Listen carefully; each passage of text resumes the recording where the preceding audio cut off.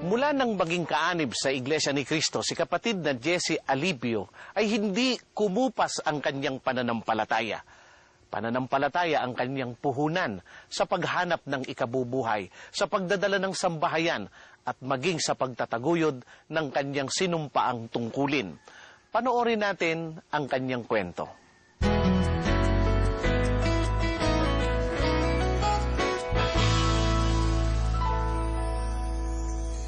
Nag-aaral pa lang noon si kapatid na Jesse Alivio. Kinakitaan na siya ng kasipagan at pagsisikap. Dahil sa aking mga magulang ay mga magsasaka lamang po. Dahil po sa hindi nila kaya tustusan ang pag-aaral ko sa kolehiyo, kaya napilitan po akong lumuwas ng Maynila at nag-working student po. Nagkaroon po ako ng interest doon sa pinapasukan ko pong metal craft hanggang sa nagtayo ako ng sarili kong shop. Sa paglusong niya sa buhay may pamilya, hinarap niya ng buong tapang ang kanyang responsibilidad. Nung ako rin nag-asawa na, nung ipinanganak na po yung panganay ko, nang mayroon po siyang karamdaman sa heart. Tapos, advice po ng doktor na dito palakihin sa probinsya, kaya napilitan po akong lumipat dito po sa probinsya. Dito na maghanap buhay. Tamang-tama naman po nung paglipat ko sa probinsya, yung hanap buhay ko na yon ay wala pong ganito. Walang kagaya po dito sa probinsya. Sa probinsya po ng Capiz. Kaya awa naman ng Diyos po, nagtagumpay din po. Dahil ako lang gumagawa ng mga ganyan na hanap buhay. Kaya naitaguyod ko po ang mga pag-aaral ng aking mga anak. Ang aking panganay po ay nag-graduate na ng HRM. Tapos po yung pangalawa, nag-graduate na rin po ng nursing. Tapos yung ikatatlo po, yan ang bunso, nag-aral po ng pagka-ministro. Sa paghahanap buhay, ilang beses niyang pinatunayan ang kanyang pananampalataya sa magagawa ng Diyos. Ang sabi nga po ng mga customer ko doon, nung ako'y nagpaalam sa kanila, nalilipat na ako ng probinsya, sabi nila, anong gagawin mo sa probinsya? Dahil nga bundok yun. Sa akin pong pananampalataya, na basta't kasama ko po ang Diyos, talagang magtatagumpay po. Lalong naging mabilis ang paglaki ng pananampalataya sa Diyos ni kapatid na Jesse noong siya ay tumanggap ng mga tungkulin sa Iglesia ni Cristo. 1985 po ako nung ako'y nabautismuhan at noong 1987 po ako po ay naging diakono sa lokal po ng Tondo. Noong lumipat na po kami dito sa probinsya po ng Capiz, lokal po ng Roa City, ako po ay patuloy pa rin sa pagkakadiakono. Hanggang sa noong June 23 po, 1990, ginawa na po akong Pangulong Diakono po sa lokal ng Roa City. Hanggang po sa kasalukuyan ay Pangulong Diakono pa rin po. Simula po noong 1987, ako po ay walang pagliban sa aking pagtupad po. Malaki rin ang naitulong ng kanyang pananampalataya sa pangangasiwa ng kanyang sambahayan. Ako po ay sumasampalataya doon po sa mga aral na ipinahatid po ng pamamahala po sa pamagitan po ng family hour. Kaya yung mga sambahayan ko po, yung mga anak ko, talaga pong pinapatupad namin po yan tulad ng yung panata po ng sambahayan. Sinagawa po namin yan linggo-linggo. Kaya ako po ay nagtuturo sa mga anak. Pagka nakita ko po silang medyo may problema na sa mga pagtupad, baging sa kanilang personal na pangangailangan at problema, talaga pong kinakausap ko po sila. Sumasampalataya po ako na binigay po ng Diyos ang aking tungkulin bilang isang diakonisa po. At ako po ay nangangako na ako itutupad habang ako po ay nabubuhay. Dahil po ako sumasampalataya, ako po ay gumaling sa aking karamdaman. Patuloy po tumutupad sa aking tungkulin. Dahil sa panampalataya po na nakita ko sa aking magulang, naging masigla din na po ako sa pagtupad ng aking tungkulin. Sa katunayan, isa po akong mga awit, isa po akong Pangulong Kadiwa sa lokal at sa distrito. Dahil po sa ako po ay sumasampalataya sa ating Panginoong Diyos, sa kasalukuyan po ako po ay nag-aaral sa pagiging ministro ng Iglesia para maging makatulong sa pamamahala sa pagpapalaganap ng Iglesia. Ako po ay nagpapasalamat po sa Panginoon Diyos sapagkat ang aking buong sambahayan ay talaga pong lumaki sa pagka-Iglesia ni Cristo po. Tumutupad po ng mga aral ng Diyos at talaga pong masaya kami magpamilya na sabay-sabay na tumutupad ng aming tungkulin. Kaya po maligaya kaming magpamilya sapagkat kami po ay nasa Iglesia ni Cristo at tumataguyod po ng mga utos ng Diyos. Ang kanyang paninindigan sa pagkaiglesia ni Kristo ang isang dahilan kaya naakit na makinig ng tunay na aral ang kanyang mga kapatid sa laman. Ako pong unang-unang nag-iglesia sa aming pamilya po. Nakikita po nila ang kaibahan ng pamumuhay po namin sa buhay po nila. Ang panindigan ko po sa pananampalataya ang dahilan kung bakit po sa ngayon po unti-unti na naanyayahan ko, naakit ang aking mga kapatid. Katunayan po mayroon akong isang kapatid na naakay ko na sa iglesia. Sa ngayon po ay diakono na. Nakita ko po kay kapatid na Jess ang kanyang pananalig at pananampalataya sa Diyos, na siya po ay masigla sa mga pagsamba at sa mga gawain sa loob ng Iglesia ni Cristo at matapat po sa kanyang tungkulin. Doon po ako nagka-interest na talagang tutukan ko po ang pakikinig ng doktrina sa loob ng Iglesia ni Cristo. Ako po ay sumasampalataya na tungkuling ito po ay napakahalaga sa akin at ako po ay nangangako naman sa Panginoong Diyos na tutuparin ko po, gagawin kong aking buong makakaya sapagkat dito na po ako nabubuhay at naging masaya po sa aking tungkulin at sa aking karapatan sa bilang Iglesia ni Cristo. At sana po, hiling ko lang sa Diyos na dumating man po ang panahon ay dito na po ako bawian ng buhay sa aking pong tungkulin para po ako po ay matiyak ko ang aking kaligtasan po. Hindi lamang nagtaglay ng matibay na pananampalataya si kapatid na Jessie. Natunghayan din natin kung papaano niya ito isinalin sa kanyang mga mahal sa buhay. Nagpamalas siya ng magandang halimbawa na siya namang sinundan ng kanyang sambahayan. Ang pananampalataya ni kapatid na Jessie ang pinakamahalaga niyang pamana sa kanyang mga anak. Magbabalik po ang palatuntunang pananampalataya, pag-asa at pag-ibig.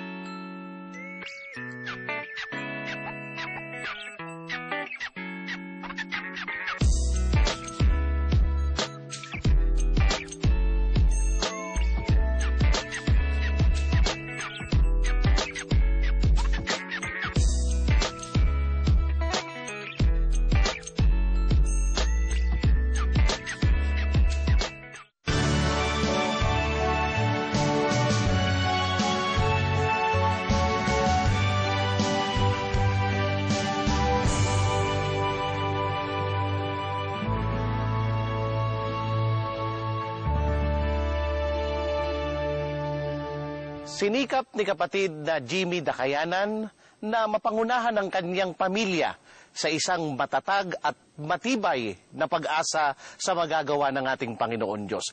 Ang kanyang pag-asa kapag sila'y namalagi sa pagsunod sa mga kalooban ng Diyos at namalagi sa mga paglilingkod, anuman ang pagsubok ng buhay, makakayanan nila at maitataguyod ang pagkaiglesia ni Kristo. Panoorin natin ang kanyang kwento.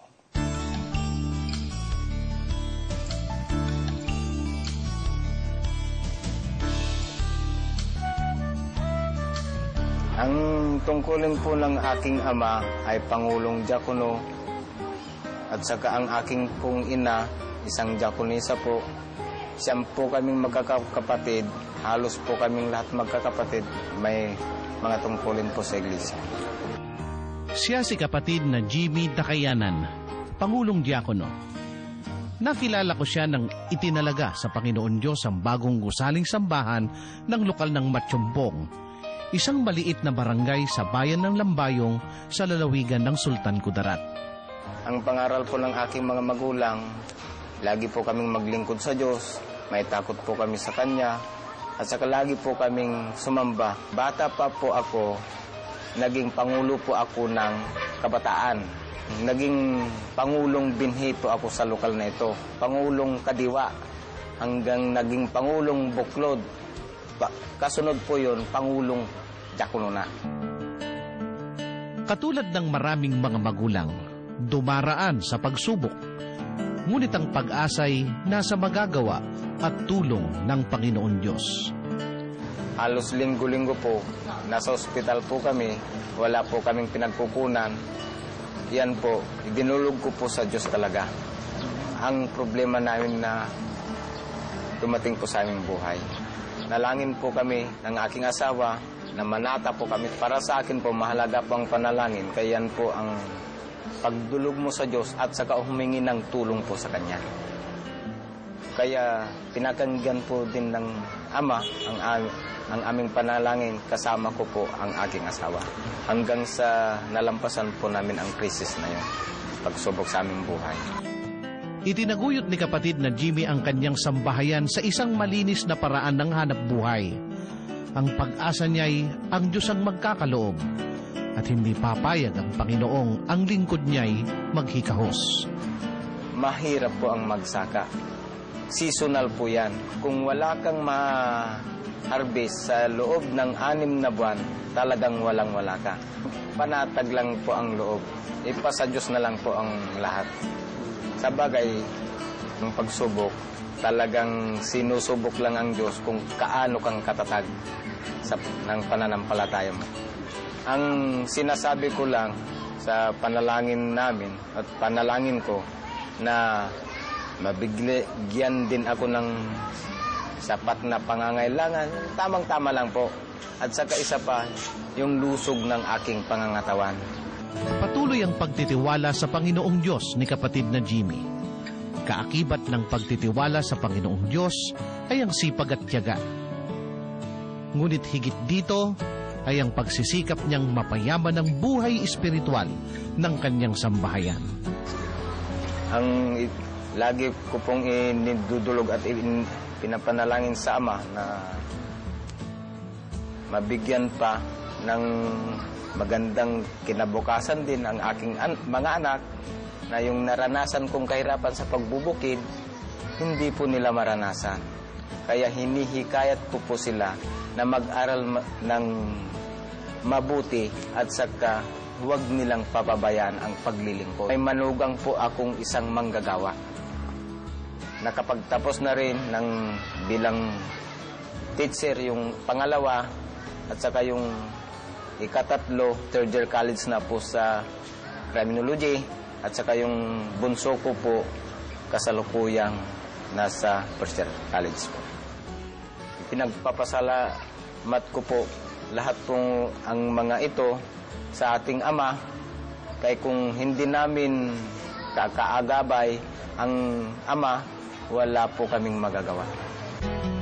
Nasaksihan ni kapatid na Jimmy ang kasaysayan ng pagsisimula ng kanilang lokal. Mula sa aba nitong kalagayan, noong mga panahong ang magulang niya ang mga unang kaanim.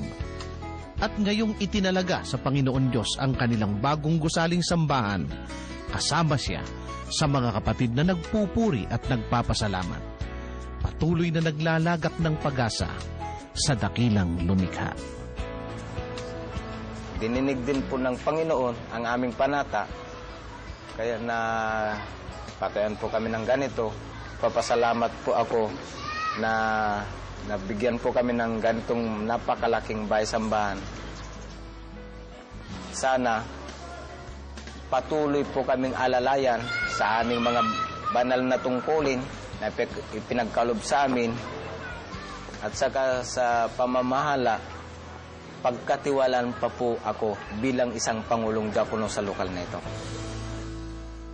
Ang paglilingkod sa ating Panginoon Diyos ay dapat totohanan. May nakakakita man o wala, at hindi dahil sa pagbibigay lamang ng lugod sa kapwa. Gayon din, sa paglilingkod sa ating Panginoon Diyos, may sakripisyo at may pagtitiis. ganyan ang maraming kaanib sa Iglesia ni Cristo. Magbabalik po ang palatuntunang pananampalataya, pag-asa at pag-ibig.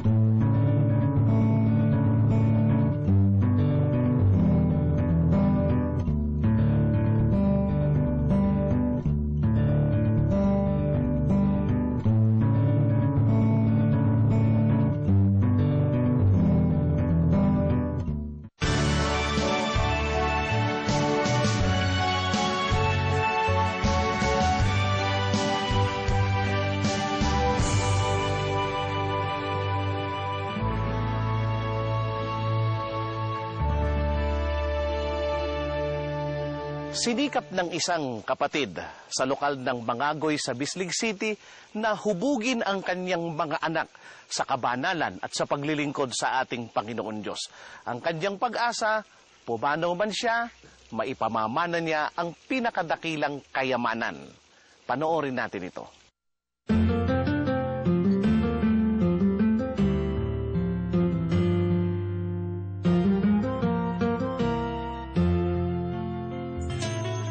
Pangarap ng mga magulang na ang kanilang mga anak ay lumaking mabubuting mamamayan, kinagigiliwan ng madla, at may magandang kinabukasan.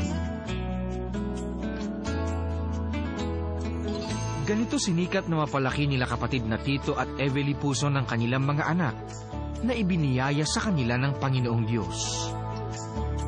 Higit sa lahat na pinagsikapan nila ay ang paghubog sa kanila upang maging mabubuting mga kaanib sa Iglesia ni Cristo. Bata pa lang sila, amo na silang giumol sa kabalaanan. Tumatanggap sila ng banal na tungkulin ng pagsamba ng kabataan bilang mga mang-aawit. Lagi naming tinuturuan ang among mga kabataan ang kabililhon sa pagtuman sa balaang katungdanan, sa mga pagsimba, sa mga paghimaya sa atong Ginoong Diyos. Palagi siya ng papayo. Bisan sa family hour, may family hour kami. Pagabuhaton. Bisan sa among pagpangaon. Ginasubaybayan, iyang pangutan ng akong mga anak. Labi na sa ilang mga pagtuon. Papasalamat po ako sa ating Panginoong Diyos sapagkat pinagkalooban niya po kami ng mapagmahal at mabuting mga magulang na walang sawang nagmamalasakit po sa amin. Pinalaki po kami ng nasa tamang kondukta.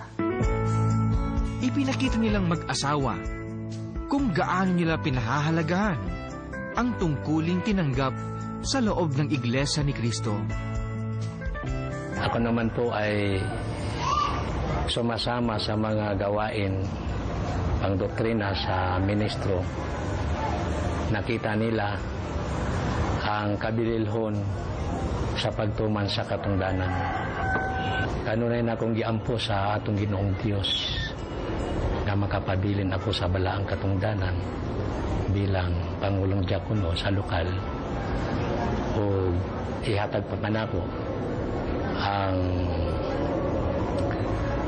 pagtuo nga akong gikinahanglan. Ang asawa ko po ay mabait, sipag, lalo na sa pagtupad ng tungkulin. Mauna niya ang pagtupad bago yung sa trabaho niya. Nakita po namin sa aming mga magulang yung kanilang pag-ibig at pagmamalasakit sa kapakanan ng iglesia. Kahit nakita po namin yung iba't ibang uri ng mga pagsubok na dumating sa aming sambahayan, ang nakikita ko po sa kanila ay talagang mahal po nila ang kanilang tungkulin. Hindi po nila ipinagpalit ito sa iba't ibang material na bagay. Buo po ang kanilang pagtitiwala sa Diyos. Buo po ang kanilang pananampalataya sa Diyos. Mula sa pagkabata ay nakita na po namin sa aming mga magulang yung kasiglahan nila sa pagtupad ng tungkulin. At dahil doon, inimulat din kami ng aming mga magulang sa pagtupad po ng aming tungkulin mula po sa kabataan hanggang sa ngayon po, hanggang nasa loob na po kami ng banal na ministeryo. Naging mang-awit po ako ng bata pa hanggang sa paglaki. Hanggang sa katandaan, mang-awit din po ako. Ang isa po sa pinakamahalaga na naipamulat sa akin, unang-una yung kahalagahan ng pagka-iglesia ni Cristo. Kahalagahan ng pagtupad po ng tungkulin sa loob ng iglesia. At kahalagahan ng pagmamahal at pagmamalasakit po sa loob ng iglesia. Ang higit na hindi nila malimutang ipamulat sa kanilang mga anak ay ang pag-ibig sa Diyos na siyang pinagmumulan ng lahat ng bagay. Isa po nga among gitudlo sa among mga kabataan. Sa gagmay pa sila, unsa man ang mudangat mga pagsulay, mga alantuson, bisan man, mga kalisdanan nga among nasinatian, ay makapabilin ang pagtuman sa katungdanan, ang pagmahal sa katungdanan, ang paghigugma sa atong Ginoong Dios nga maoy naghatag kanato sa atong kinabuhi. Ang lahat ng mga payo, paalala at mga halimbawang nakit nilang magkakapatid sa kanilang mga magulang ang nag-udyok sa kanila na mahalin ang iglesia. Ang nag-udyok po sa kanila na mag-aaral sa ministeryo ang nasa Biblia na marami ang aanihin pero kaunti lang ang mag-aani. Udyok po ng pananampalataya at pag-ibig yung paglusong ko po sa banal na ministeryo, sapagkat nakita ko po na kailangan ng mga manggagawa sa loob ng banal na iglesia. Ang gayunin ko po ay kung loloobin po ng ating Panginoong Diyos, pagdating po ng takdang panahon ay magiging tunay at tapat na ministro sa loob po ng iglesia upang maging katuwang-katulong po ng pamamahala sa malawak na gawain sa loob po ng iglesia at ipagmalasakit po ang mga kapatid natin sa loob ng iglesia ni Cristo. Naisip ko po na lumusong din sa loob ng banal na ministeryo upang maihayag ko rin po yung tunay na pag-ibig, pagmamahal, pagmamalasakit po para sa kapakanan ng mga kapatid. At naisip ko rin po na makatulong po sa pamamahala sa loob ng iglesia. Dahil sa pagmamahal at pagmamalasakit sa kapakanan ng iglesia, kaligayahan nilang mag-asawa na ang kanilang mga anak ay nabigyan ng pagkakataon na makapag-aral sa paaralan ng mga nagmiministro sa Iglesia ni Cristo. Ang malaman namin na sila ay magmaministeryo, masok na ministeryo. Tuwang-tuwa kami at talagang masaya kami. Salamat kami sa Diyos na yun ang nasa isip nila. Sa amin po, hindi po namin kinalungkot. Bisan layo man sila, maabot ang panahon na madistino sila, nasa asa. Talagang malipayon kami kay naana sila sa ministeryo. Idinadalangin ng mag-asawang Tito at Evely ang pagtatagumpay ng kanilang mga anak. Dinalangin po namin sa Panginoong Diyos na sana ang sambahayan namin ay magtagumpay, lalo sa mga anak namin na nasa ministeryo. Ang akong pangandoy sa akong mga anak nga nagtuon sa balaang ministeryo ay makita ko po sila nga anaa sa tribuna mga siwa sa pagsamba bilang isang ministro sa Iglesia ni Cristo. Kana po ang hinahangad ko, giampo nako sa atong Ginoong Dios. Sana po kung samang mga pagsulay na sinatian namo ay malampasan. Sana nandyan na sila sa banal na ministeryo ay ipagkaloob sana ng ating Panginoong Diyos. Makatapos sila sa pag-aaral, makatulong sa gawain sa loob ng iglesia at sa pamamahala upang ito'y kapurihan ng ating Panginoong Diyos. Ang masiglang sumasamba at naglilingkod sa ating Panginoon Diyos ay pagpapalain at hindi pagkakait sa Kanya ang mabubuting bagay na Kanyang hihilingin. Kaya napakahalaga na ang isang hinirang ng ating Panginoon Diyos ay manindigan sa pagsunod at magpatuloy sa Kanyang pagdadala ng Kanyang karapatan. Mula po dito sa Lake Apo, Valencia, Bukidnon, ako po ang kapatid na Eric Sarate.